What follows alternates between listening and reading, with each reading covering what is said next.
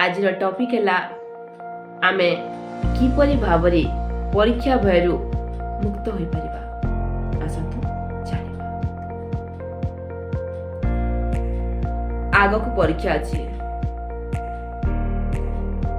पिला माने अनेक भयरे अछंती जे मोर मार्क्स केमती हो परीक्षा रिजल्ट कोन माँ बापा माने भी प्रेशर रे अछंती।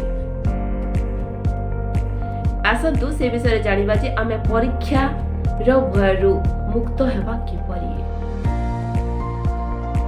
तो सेति पई आपण मानको पई चारटी पॉइंट नै कि आछू गोटे परे गोटे से विषय आसंतु आलोचना करिबा। प्रथम पॉइंट क्वांटिटी ऊपर नुहे बरं क्वालिटी ऊपर ध्यान देबा। अर्थात जिते बेले आमे किति घंटा पाठ पढुछु अवधि को ध्यान न दे जेतिकी समय पाठ पढुछु पूर्ण एकाग्रतार सहित पढ़िबा। तो निजो को प्रश्न करिबा जे मु जेतिकी 10 मिनिट में जदी पढुची तो सेही 10 मिनिट केते एकाग्रता अछि मोर माने परिमाण ऊपर नहे बरं गुणवत्ता ऊपर ध्यान देबा। सो quantity is not important but quality is most important. Quality is most important thing rather than quantity. द्वितीय है तुलनात्मक नुहे बरं निजर सर्वश्रेष्ठ देवाकू चेष्टा करिबा।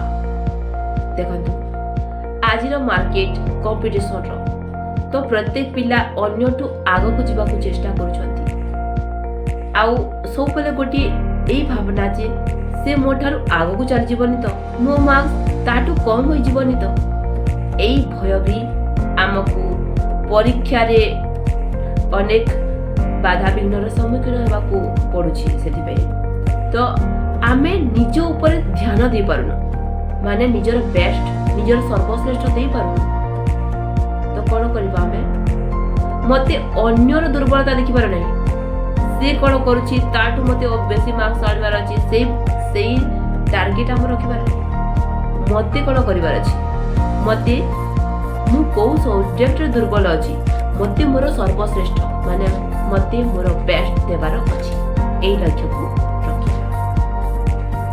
आउ तृतीय हला अतीत किंबा भविष्यतर चिंता न करी वर्तमान रे रहिबा माने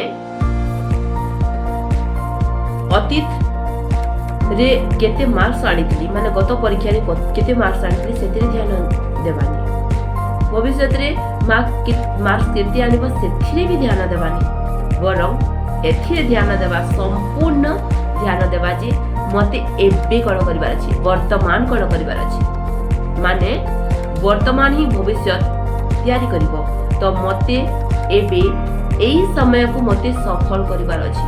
तो बारंबार निज को प्रश्न करिबा जेते मन अतीत रे माने केते मार्क्स आनितला एबे कोन हबो सेही प्रश्न करूची तो ताको कहबा मु एबे कोन करूची मते एबे कोन करिबार अछि। एई प्रश्न जेते बारंबार निज को पचारिबा ताहेली हमर विचार रे परिवर्तन आसीबो आ सेही विचार रे परिवर्तन आमकू आगकू परीक्षारो भयरु मुक्त करि परिबो।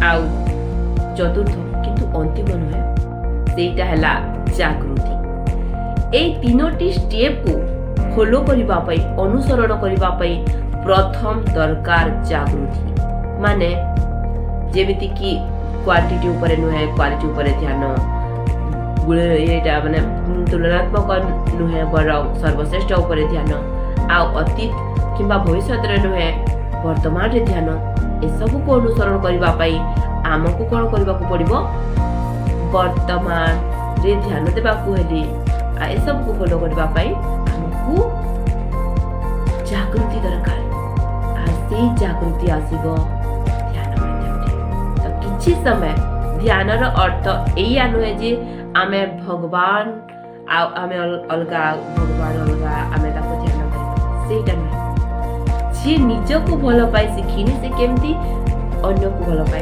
तो प्रथमे ଧ୍ୟାନର ଅର୍ଥ ନିଜ ସହିତ ସମ୍ବନ୍ଧ ଯୋଡ଼ିବା, ନିଜକୁ ଜାଣିବା, ନିଜର ଦୁର୍ବଳତାକୁ ଜାଣିବା ଆଉ ସେଇଟାକୁ ଦୂର କରିବାକୁ ଚେଷ୍ଟା କରିବା। ନିଜର ଭଲ ଗୁଣ ଯୋଉଟା ଅଛି ସେଇଟାକୁ ଶୋଇକି ରହିଛି ସେଇଟାକୁ ଜାଗୃତ କରିବା ଆଉ ସେଇ ଜାଗୃତି ଆସିଥାଏ ଧ୍ୟାନ ମାଧ୍ୟମରେ।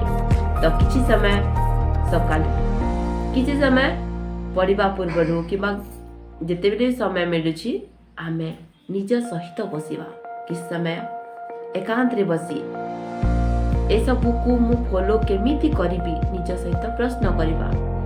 ଧ୍ୟାନ ତ ଅନ୍ୟ ଗୋଟେ ଟପିକ୍, ମାନେ ସେଇଟାକୁ ବୁଝିବାକୁ ହେଲେ କିଛି ସମୟ ବି ଦେବାକୁ ପଡ଼େ, କିନ୍ତୁ କିଛି ସମୟ ଏଇଟାକୁ ପ୍ରଥମେ ଆଲୋଚନା କରାଯାଉ ଆଉ ସେଇଟାକୁ ଯଦି ଆମେ ଏଇଟା ଫଲୋ ବି ଯଦି କରିବା ତାହେଲେ ପରୀକ୍ଷା ଭୟରୁ କ'ଣ ଜୀବନର ପ୍ରତ୍ୟେକ ଭୟରୁ ଆମେ ମୁକ୍ତ ହୋଇପାରିବା। ଯଦି ଭିଡ଼ିଓଟି ଭଲ ଲାଗୁଛି ତାହେଲେ ଲାଇକ୍, ସେୟାର ଆଉ ସବସ୍କ୍ରାଇବ୍ କରିବା ସହିତ କମେଣ୍ଟ ନିଶ୍ଚିତ କରିବେ।